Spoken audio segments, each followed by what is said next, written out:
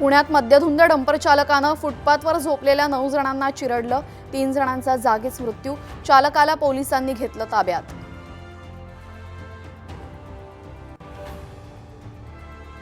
राहुल गांधी आज परभणी दौऱ्यावर। सोमनाथ सूर्यवंशींच्या कुटुंबियांची घेणार भेट।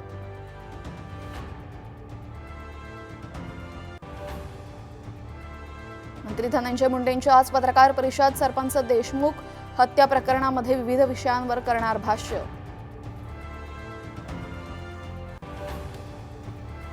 मंत्री उदय सामंत आणि संजय शिरसाट यांचा आज बीड दौरा। देशमुख कुटुंबियांची घेणार सांत्वनपर भेट।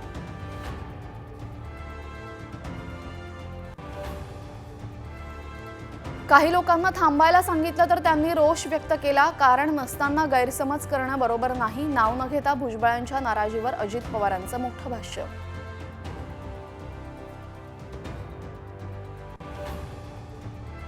मुंबईत डिसेंबर अखेरपर्यंत गारठा कायम राहणार। किमान तापमान 15 ते 19 अंश सेल्सिअस पर्यंत जाणार।